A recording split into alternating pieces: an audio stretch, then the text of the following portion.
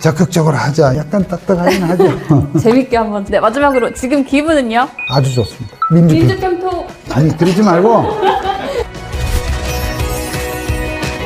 여러분 안녕하십니까. 민주평통 자문위원이자 통일전문 MC로 활동하고 있는 신지은입니다. 오늘은 지난 10월 14일 새롭게 민주평통 사무처장으로 임명되신 석동현 처장님과 함께 이야기 나눠보는 시간 마련했습니다. 자, 바쁘신 와중에도 저희와 함께 해주셨는데요. 먼저 인사부터 나눠보겠습니다. 처장님 안녕하세요. 예, 안녕하십니까. 반갑습니다. 석동현 처장입니다. 사실 취임하신 지 한 달 정도 되셨지 않습니까? 굉장히 바쁘실 것 같은데 어떻게 일정 소화하고 계십니까? 제가 좀 부임이 좀 늦은 감이 있습니다. 부임하고 나서 바로 이제 국회 국정감사라든지 또 예산 결산 이 국회 심사를 받는 문제가 있고 또 그간에 수년된 여러 가지 민주평통의 중요한 일정들이 많아서 아주 하루하루가 굉장히 바쁩니다. 임명장을 대통령께서 직접 수여하시는 장면을 저도 봤거든요. 혹시 뭐 당부의 말씀 같은 거 있었을까요? 대통령께서 이 민주평통이 매우 중요하고 사실 대통령도 그러니까 학교 다닐 때 헌법 교과서에서만 민주평통을 봤다고 하십니다. 그런데 막상 취임을 하시고 이렇게 외국을 나가 볼 때도 그렇고 민주평통 우리 위원님들의 어디 존재감이 굉장하더라는 겁니다. 그렇게 해서 우리 민주평통의 위원들 균형 있는 그런 자문 활동을 좀 해 주시도록 특별한 역할을 부탁하셨습니다. 본격적인 인터뷰에 앞서서 저희가 짧게 처장님을 자세히 알아보기 위해서 1분 쇼터뷰라는 걸 준비를 했습니다. 1분 안에 다 해야 된다 이거죠? 네, 맞습니다. 그래서 빠르게 넘어가 볼 테니까요. 자, 시간 재주고 계신가요? 네, 시작하겠습니다. 태어난 해는? 1960년 고향은? 부산 가장 존경하는 사람은? 이승만 대통령. 취미는요? 여러 사람들과 담소하는 일. 가장 좋아하는 음식은? 생선 종류를 좋아합니다. 나의 좌우명은? 거안사위라는 사자성어입니다. 처장님만의 스트레스 해소법이 있다면? 그냥 이렇게 잠시 그냥 멍 때리면서 명상하는 겁니다. 나에게 법이란? 가장 마지막 수단이라고 생각합니다. 나에게 평화 통일이란? 온 국민의 소망이고 저희 소망입니다. 나의 꿈은? 여러 사람들을 위해서 봉사하면서 사는 것입니다. 네, 마지막으로 지금 기분은요? 아주 좋습니다. 네, 정확히 45초 만에 답변을 해주셨습니다. 굉장히 빨리 미션을 수행해 주셨는데요. 짧은 시간에 많은 답변을 해주셨는데 조금 궁금한 게 좌우명 거한사위라고 하셨지 않습니까? 그게 한자 말인데요. 편안할 때, 편안함에 있을 때 항상 위기를 또 준비하라는 뜻입니다. 그래서 제가 늘 공직 생활하는 동안에 늘 그 생각을 하면서 해왔습니다. 추가로 너무 짧아서 못다한 말씀 있으실까요? 어떤 이런 인터뷰를 통해서 저의 또 이 생각을 얘기할 수 있는 것이 너무나 반갑고 감사합니다. 자, 지금부터는 저희가 본격적인 토크를 통해서 더 자세히 이야기를 나눠보도록 하겠습니다. 자, 오늘 특별히 또 저희가 준비를 많이 했습니다. 미스터리 박스 안에 공이 있거든요. 이 공 안에 있는 키워드를 토대로 이야기를 풀어 나가 볼 텐데요. 여기 안에 네. 하나 뽑아야 됩니다. 네, 처장님께서 지금 하나 공을 뽑아주시면 되거든요. 한번 뽑아주십시오. 제가 주시면 제가 이거 어떻게 열리죠? 네. 네, 10년. 10년이라는 키워드가 나왔거든요. 이 10년은 어떤 의미를 갖고 있나요, 처장님께? 10년 만에 다시 민주평통 사무처장으로 부임하게 된 거하고 우연히 그렇게 있지 않은 것 같고요. 평소에도 저는 어떤 일이든지 10년 정도는 해봐야 그 일에 대해서 내가 했다, 해봤다 할 수 있을 것 같다 생각을 늘 했거든요. 근데 제가 이제 10년간 어쨌든 공직 밖에서 이 정부나 이 관청에서 하는 일을 좀 바라보고 저도 이제 필드에서 또 여러 가지 경험했던 아주 유익한 시간이었습니다. 사실 한 달 정도 지금 되셨잖아요. 그리고 10년간은 또 필드에서 활동을 하셨다고 하셨는데 밖에서 본 민주평통, 밖에서 접하셨던 민주평통과 또 실제로 안에서 보시는 민주평통 어떤 차이가 있다고 생각하십니까? 이제 실제 어떤 집행 기관은 아니고 이제 자문기구인 그런 관계로 이렇게 앞장서서 드러나게 일을 하는 곳은 아니라 할지라도 대통령님과 또 우리나라 외교부 통일부의 그런 외교 통일 정책의 중요한 어떤 밑거름이 되는 그런 자문 역할을 하는 곳이라는 점에서 다시 한번 그 중요성을 말씀을 드리고 싶고, 역할을 좀 더 제가 와서 어떤 미디어와의 소통을 통해서 저희들이 하는 일을 좀 더 알리고, 그래서 조금 국민들이 아시게 하는 것도 제 역할이다, 이렇게 생각이 듭니다. 네, 너무 든든한 것 같습니다. 사실 제 주위에서도 민주평통이 뭐 하는 곳인가에 대한 그 좀 대중화에 대한 일이 많이 있거든요. 사실은 네. 이 자문위원님들 중에 정말 전문가들, 네. 훌륭하시고 경륜 있는 분들이 많으시거든요. 그러니까 그분들을 우리 사회에서 종종 헌법적 이슈가 문제가 될 때에, 통일과 관련해서 이슈가 문제가 될 때에 이렇게 방송에 자주 출연을 좀 하시도록 여건을 조성을 하고, 네. 그렇게 되면 국민들 입장에서도 이 언론 매스컴을 통해서 이를테면 그와 같은 헌법기관, 이제 민주평통의 어떤 자문위원, 상임위원 또는 협의회장, 부의장 이런 부분들이 좀 알려지게 해야 되겠다는 생각이 듭니다. 사무처를 총괄하는 사무처장으로서 가장 핵심적으로 추진하고자 하시는 일이 또 추가로 있을까요? 통일이라고 하는 문제가 우리 국민들이 다 관심 있는 주제 같지만 또 한편으로는 잊어버리고 있는 그런 주제라는 생각도 듭니다. 그래서 그런 여러 가지 현실을 감안할 때에 어쨌든 우리 자문회의에 우리 사무처의 어떤 직원들이 좀 자신감을 좀 가질 수 있는 그런 방안으로 어떻든 매스컴의 노출을 많이 좀 시키는 그 부분에 저는 중점을 좀 두고자 합니다. 첫 번째 질문 우리 처장님과 함께 이야기 나눠봤는데요. 자, 처장님 다시 한번 새로운 공을 뽑아주시죠. 과연 어떤 걸 뽑으실지 기대가 됩니다. 네. 이제 뭐가 있는지도 모르고 뽑습니다. 네, 뭔가 좀 긴 단어가 들어있는데요. 보겠습니다. 26년, 40년. 26년, 40년. 이거 이 처장님 연세가 써 있는 건 아닌 것 같고, 그렇다고 제 나이도 아닌 것 같고, 어떤 숫자일까요? 아마도 이게 이 프로그램 준비하시는 분들이 제가 검사로서 재직한 기간을 이렇게 생각하신 것 같고요. 40년은 정확히 모르겠습니다만 대략 한 40년 가까이 법조계에 있어 왔던 그런 부분을 얘기한 것 같습니다. 법무부에 계실 때 통일법령 정비 그리고 재외동포 관련된 일들을 좀 하셨다고 들었는데 구체적으로 어떤 일이었나요? 법무부에 세 차례 근무할 기회가 있었거든요. 그래서 그 법무부에 가서 제가 했던 일이 국적 업무, 출입국 업무, 그리고 재외동포의 법적 지위 문제, 또 남북 통일과 관련해서 여러 가지 이제 법령과 제도 이런 것을 이렇게 만들고 따듬는 이제 그런 역할을 해왔습니다. 특히 북한 주민의 인권 문제에 제가 관심이 많았고, 그와 관련해서 이제 이 통일, 그래서 북한 인권과 통일을 노력을 하는 변호사들 모임을 만들었었습니다. 비록 그 검사로서 일을 했지만 뭐 어떤 범죄 혐의자들만 다루고 한 일을 한 게 아니라 이렇게 통일 업무, 통일과 관련된 정책 또 업무를 봐왔다는 것이 저로서는 큰 자산이라고 생각을 합니다. 사실 이 북한 주민들이 헌법적으로는 우리 대한민국 국민이라고 하지 않습니까? 그런데 막상 이분들이 북한을 탈출을 해서 중국 또는 저 동남아시아를 거쳐서 한국에 이렇게 오면 국내에서 나름대로 정착을 하고 적응을 하고 하는 것이 그렇게 간단한 문제가 아니거든요.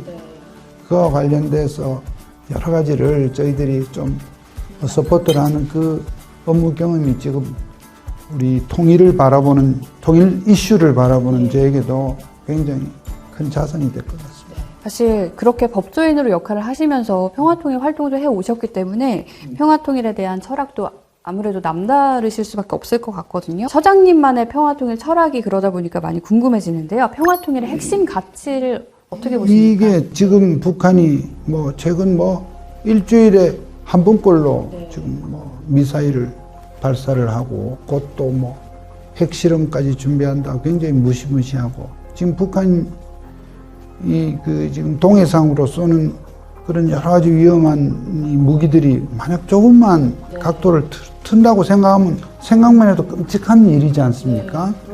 그러니까 그런 가운데서 우리가 또 평화 통일을 얘기한다는 게 어쩌면 좀 서로 전혀 엉뚱한 얘기를 하는 거 아닌가 이렇게 생각하시는 경우도 있습니다. 근데 적어도 저는 이 평화 통일이 우리로서는 가장 소망스러운 일이고 이것을 하기 위해서 우리는 군사적 공격을 하지 않지만 북한이 만약에 생각만 해도 끔찍한 그런 군사적 공격을 해오는 경우도 마음 한구석에 대비가 돼야 된다고 생각합니다.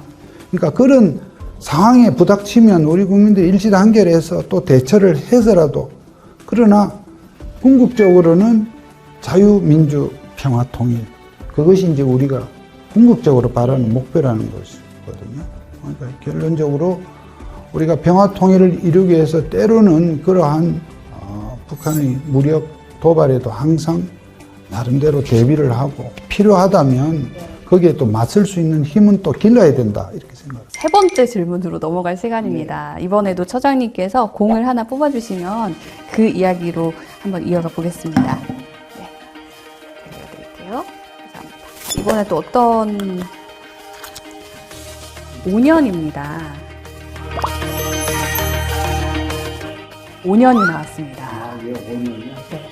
5년이라면 혹시 지금 대통령 임기, 정부의 임기를 말씀하시는 걸까요? 네, 그런 것 같습니다. 정확히 맞추신 것 같은데요. 사실 이 윤석열 정부가 출범을 하면서 대북 정책, 통일 정책도 많은 변화가 있었습니다. 그래서 오늘 이번 윤석열 정부의 달라진 대북 정책에 대해서 한번 또 이렇게 말씀 주시면 좋을 것 같아요.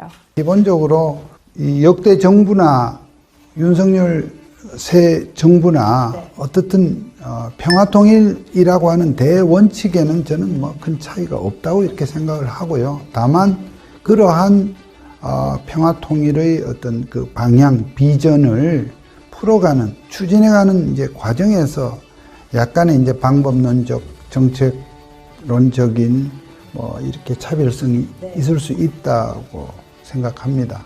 그런 가운데 이제 새 정부에서 이제 새로운 통일 정책의 이제 대비전으로 담대한 구상이라고 하는 비전을 제시를 하셨죠. 그 내용은 우리가 다 알고 있는 그런 그 북한의 핵무장을 반드시 막아야 되겠다는 거죠. 비핵화라고 하지 않습니까? 그러한 비핵화라는 대전제하에 그러한 전제적 요구가 만약에 이렇게 어느 정도 진전을 보게 되면 그 단계별로 우리 대한민국에서 북한에 대해서 정치적, 군사적, 경제적 이러한 제반 그런 지원도 이렇게 하겠다 하는 그런 양면의 전략이라고 저는 그렇게 이해를 합니다. 지금 새 정부에서 지금 생각하시는 방향은 우리 헌법에도 나와 있고 우리 국민들이 다 원하듯이 자유민주적 기본 질서에 입각한 평화의 한반도, 번영의 한반도를 우리가 지향하는 것은 우리 국민들이 다 공감하시는 바일 거고요. 네, 처장님, 그럼 저희가 담대한 구성이라는 정책을 실현 나가는 데 있어서 민주평통의 역할도 굉장히 중요하리라 생각을 하거든요. 저희 민주평통은 어떤 역할을 해야 할까요? 이 담대한 구상에 대해서도 이 추진하는 가장 큰 힘은 결국 국민의 그 지지와 공감대입니다. 저희가 여론조사를 했더니 이런 담대한 구상을 앞으로 실행해 나가는 데 있어서 가장 중요한 것이 무엇이냐 이거를 우리가 여론에서 한번 물었는데 정확히 39.6% 그러니까 약 40%에 가까운 그런 답이 이제 국민의 그 공감대를 이렇게 구축하는 일이 가장 중요하다고 그랬습니다. 결국 우리 국민들께서 동의하시고 공감하시고 그것을 지지하는 것이 가장 큰 다른 어떠한 요소보다 중요한 큰 힘이거든요. 그런 점에서 이 정부 당국자들도 국민들의 그러한 뜻에 부응할 수 있도록 좀 더 국민들과 이러한 부분에 대한 소통도 하고 또 어떤 방향도 제시하고 또 국민들의 어떤 소망, 바람 같은 부분을 전달하는 역할이 바로 저는 민주평통 자문 회의다 이렇게 생각을 하는 거죠. 자, 북한이 지속적으로 미사일을 발사를 하고 있고 앞서 말씀해 주셨던 핵무력 정책까지 범용하고 있는 이 상황, 사실 국민들의 불안도 동시에 커지고 있습니다. 현재 위기를 어떻게 극복해 나가야 할지 우리 국민 여러분들께도 한 말씀 해주신다면요. 우리 대한민국이 정말 북한을 먼저 군사적으로 선제적으로 공격을 하고 침략을 한다는 것은 우리가 생각할 수가 없지 않습니까? 그렇지 않습니까? 그렇다면 우리 국민의 생명과 안전을 지키기 위한 여러 가지 정부의 그런 노력에 대해서 많은 국민들께서 좀 더 넓은 공감대를 가지고 국민들이 좀 정말 이렇게 한데 뭉치는 그런 점에서 우리 정부도 또 대통령님께서도 또 우리 기구 이 민주평통도 정말 국민 여러분들에게 그러한 부분을 잘 납득시키고 또 이해를 구하고 공감대를 넓히는 그러한 노력이 우리의 임무이고 우리의 역할이다 이렇게 생각합니다. 계속 처장님과 이야기를 하다 보니까 시간 가는 줄 모르겠는데 공 하나를 또 뽑아보도록 하겠습니다. 처장님 뽑아주시죠.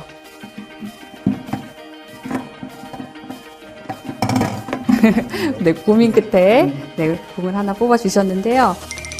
자, 이번에는 20기.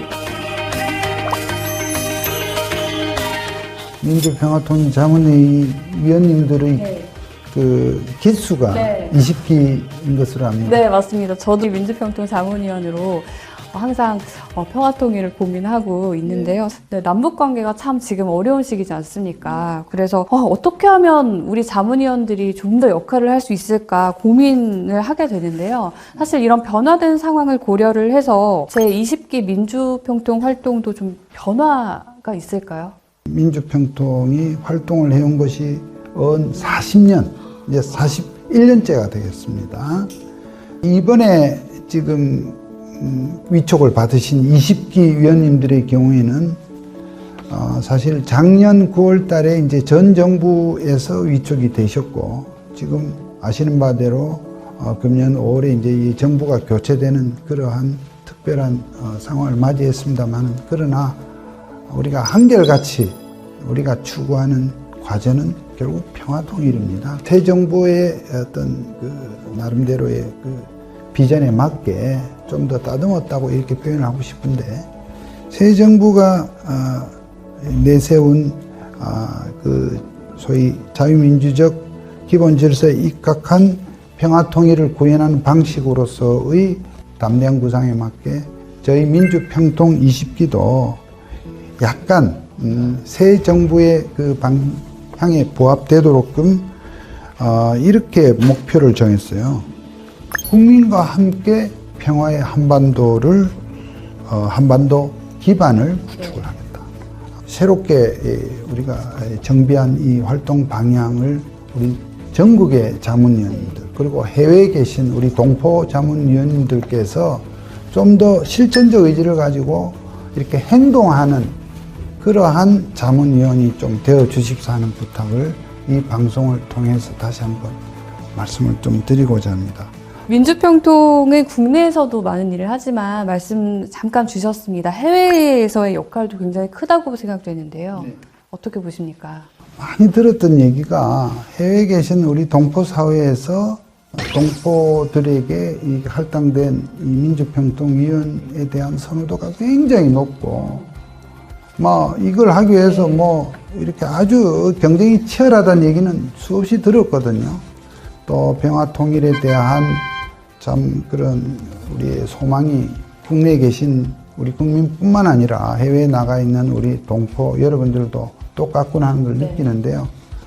아무튼 외국에서도 어떻게 보면 더 이 불편함이 또 있을 수 있는 여건에서도 이와 같은 통일에 대한 이 염원을 가진 그분들의 그 열정이 좀 우리 민주평화통일자문회의의 이 어떤 역할에 반영이 되어서 그분들이 뭔가 좀 또 기여한다는 느낌을 가질 수 있도록 해야 되는 것이 우리 사무처의 역할이다 이렇게 생각이 되고 제한된 이 위원 수가 좀 다소간에 좀 지금 제한된 느낌이 있는데 좀 늘리는 한이 있더라도 좀 더 많은 분들에게 기회를 주는 것도 좀 그분들에게 좀 더 이렇게 만족감을 줄 수 있지 않겠나 이렇게 생각을 하거든요. 그런 생각도 해봅니다. 대한민국과 세계를 연결하는 중심지 역할을 해외에서 하고 계신 만큼 또 이렇게 든든한 응원과 감사의 메시지를 전달을 주셨습니다.